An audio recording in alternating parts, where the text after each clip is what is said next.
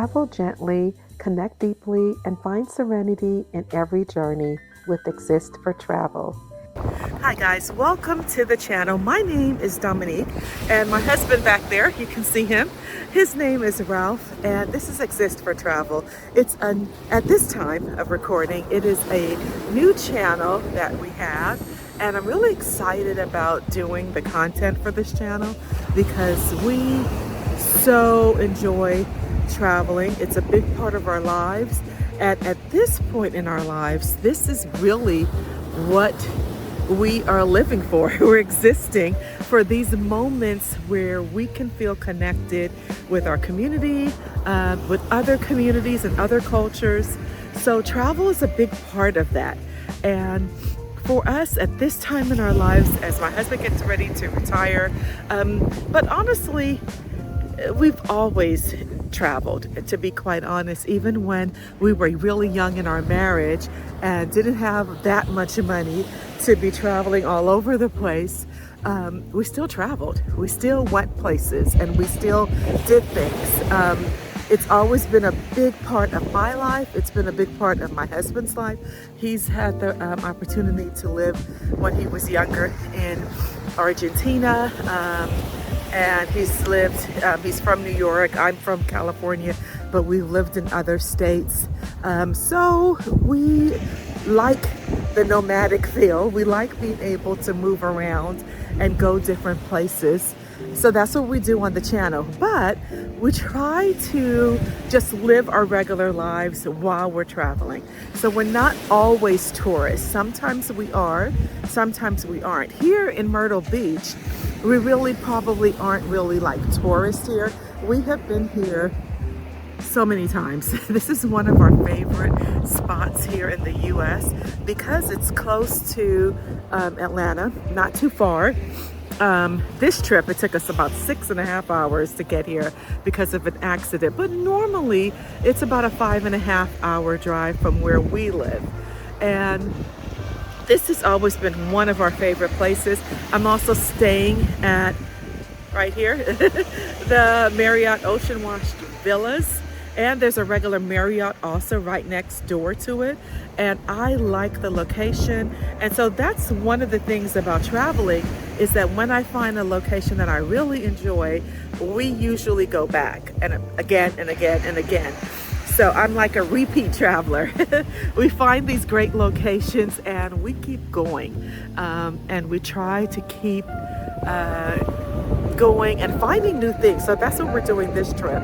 We're actually doing a lot of cafe hopping during this trip and we found some really good places. So here at this villa, I am able to cook myself. And so that's basically what I've been doing. We have been eating out at the different cafes and we're also mostly I'll cook and I like cooking, so I like cooking when I like cooking. I'll say that over again because sometimes cooking is a chore and I don't like it, so I have to kind of reframe that a little bit.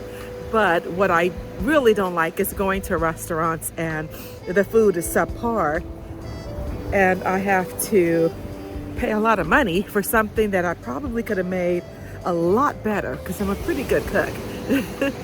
All right, so let me show you guys the view for a little bit while I talk. There's my husband, he's all the way back there. And so this is what we do, you know, we really try to get out and just take it all in. It is so gorgeous here. And I love traveling off season. So for me, I'm not, if you've seen any of my other videos, you know that I am not a person that likes to travel to a lot of hot places. I have a medical condition and it is definitely affected by the weather. So I have to be really, really cautious about not causing myself to have an episode and ending up in a hospital needing steroids because I'm having an episode that's been triggered by the weather. So I do travel off season. During summer months, I mostly don't travel But if I do travel, it has to be someplace with mild or cooler weather. There they go. They're cleaning the area, looks like here.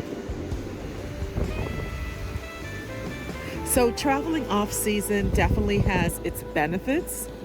And one of the benefits for traveling off season is that you get lower prices. And I try to travel thinking about my budget, and we're always trying to be pretty frugal, but at the same time, we really want to stay at nice places. So that's important. So the way we do that is by traveling off season, like now, instead of me spending $900 to $1,000 for the same location that would cost a lot more during those June, July, and August months, and even a little bit after that, it's still pretty high.